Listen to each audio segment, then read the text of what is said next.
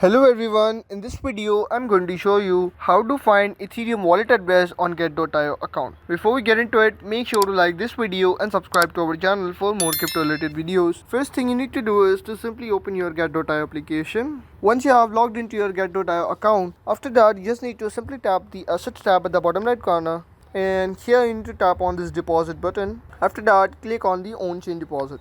From this list of cryptocurrencies, in this search bar you have to simply search for Ethereum and click on Ethereum at the top. After that, you need to select a network. You can select any network according to your requirements, but always make sure to select same network on both sides or you will lose all your funds. Now I'm selecting here Ethereum, for example. You will be landed on this page. Here you can see your Ethereum wallet address along with the QR code. Simply copy this address or you can share this QR code, and that's how you can find Ethereum wallet address on get.io. If this video helped you out, make sure to like this video and subscribe to our channel for more crypto related videos.